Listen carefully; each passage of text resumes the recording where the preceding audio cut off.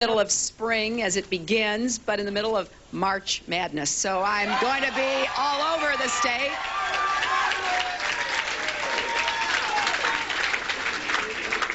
But I wanted to be here for a somewhat more serious reason, and that is because I have long admired the work that has been done here over a number of years at the state and the local level to enhance education, to create more opportunities.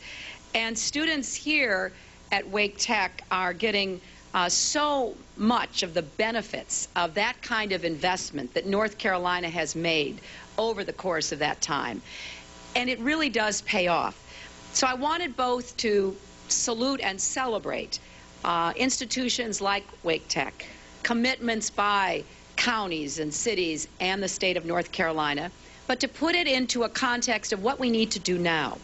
You know, I have been running this campaign for president talking about very specific solutions to the problems we face. Now, there are those who will say, well, you know, why does she keep talking about policy? Why does she talk about all of these specific changes she would like to make? Well, the answer is simple. I want you to know what I would do if I were so fortunate as to be your president, and I want the American people to hold me accountable. We need to rebuild accountability and trust between our people and our president. And we need to know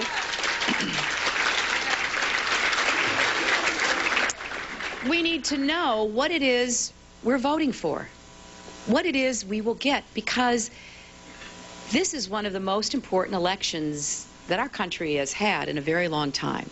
The stakes are huge.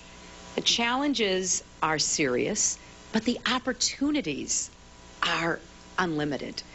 We just have to start acting like Americans again and roll up our sleeves and get to work and start solving these problems we face. Because so many of you are doing your part. You know, we have students here who are studying, who are young people, ready to embark on your first career. We have parents attending classes at night, working to improve their job prospects and careers, or to start new ones. I met a woman as I came in earlier, Suzanne Mistrick. She's a married mom of 2. She always wanted to go to college. Well, now she is studying web technology and graphic design. And that's exactly what Wake Tech is supposed to do. This campus is a place that helps people who have struggled to find work in a changing economy. I know that North Carolina has lost a lot of jobs, but I also know that you've worked hard to equip people with the skills needed to try to get new jobs. And this school and its spirit really represent what's best about our country. We embrace challenges. We don't turn away from them. We look clear-eyed at reality and say, what are we going to do to change it? We embrace hard work. The American people are the hardest workers in the world. Don't let anybody tell you any different. Our American workers work harder and are more productive than anyone. And yet, for too many here in North Carolina and elsewhere, that hard work doesn't seem to be paying off. You know, we embrace the future. We don't fear it. America has always been about making tomorrow better than today, and that's what it has to be about again. We've been stalled, I would say, for at least 7 years, and we need to get back into gear and move forward together. You know, years ago, when I first got involved in politics, I heard that old saying that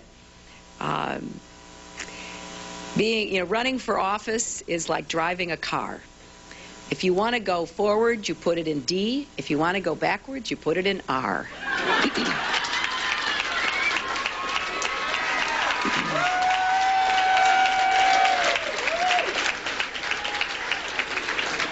So we have to get back to our values, reach deep inside, kind of like, you know, there's 30 seconds left, there's 20 seconds left, there's 10 seconds left, and the team that wins is the one that reaches down deep, right, and finds that source of inner strength.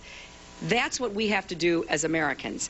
Our economy is struggling right now, but I think it's important to keep in sight all that is right about America. and I'm looking at it right here. We can achieve incredible things when we ask that of ourselves and when we work hard together. You know, in fact, coming to North Carolina, as I was thinking about this, reminded me of one particular moment in our history that I've talked about before, and I've always thought was so emblematic. You know, a little more than a century ago, two brothers, the co-owners of a bicycle shop in Dayton, Ohio, set out to find a remote spot with a steady breeze and soft ground to test their design for a small aircraft, just big enough to carry a single person. Now, after a search, they found the beaches of North Carolina at Kitty Hawk. And over the next several years, armed with high school educations, extraordinary talent, and a willingness to explore even the dumbest of ideas, these two pioneers, the Wright brothers, set about successfully flying the first airplane and changing the course of history. Now, it wasn't easy. It took painstaking work to design, build, and test model after model. It took persistence, even in the face of difficult odds.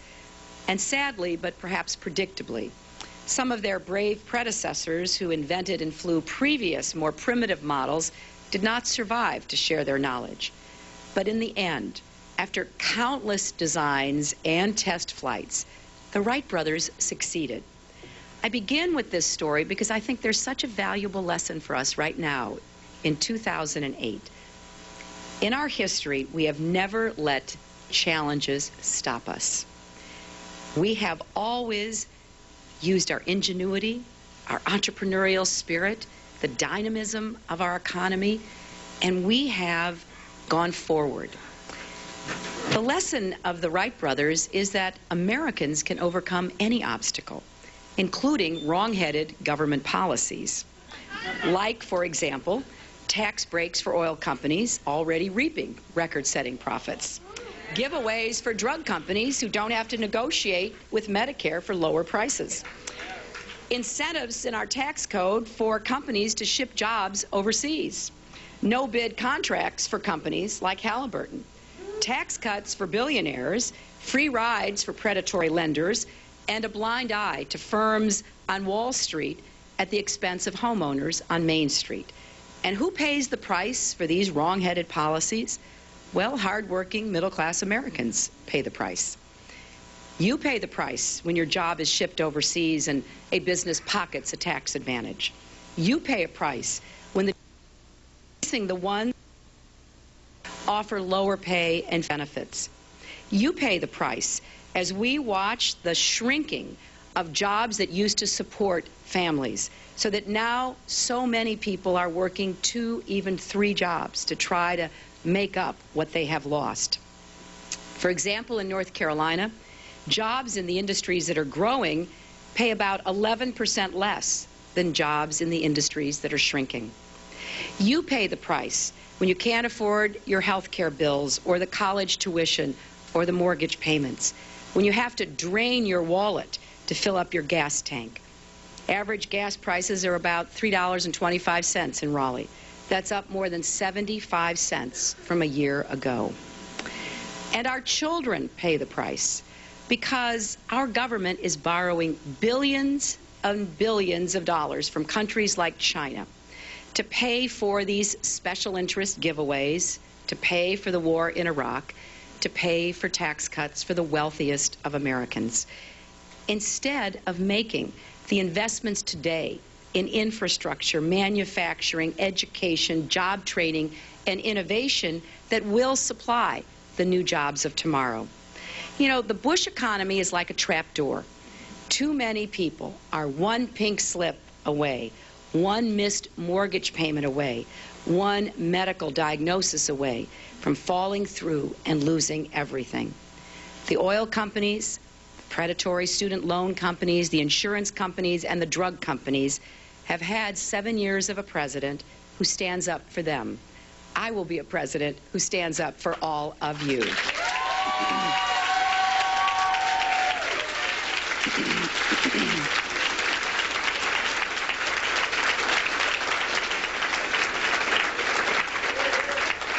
And it is past time that we set our priorities straight and level the playing field for the middle class and against the corporate special interest.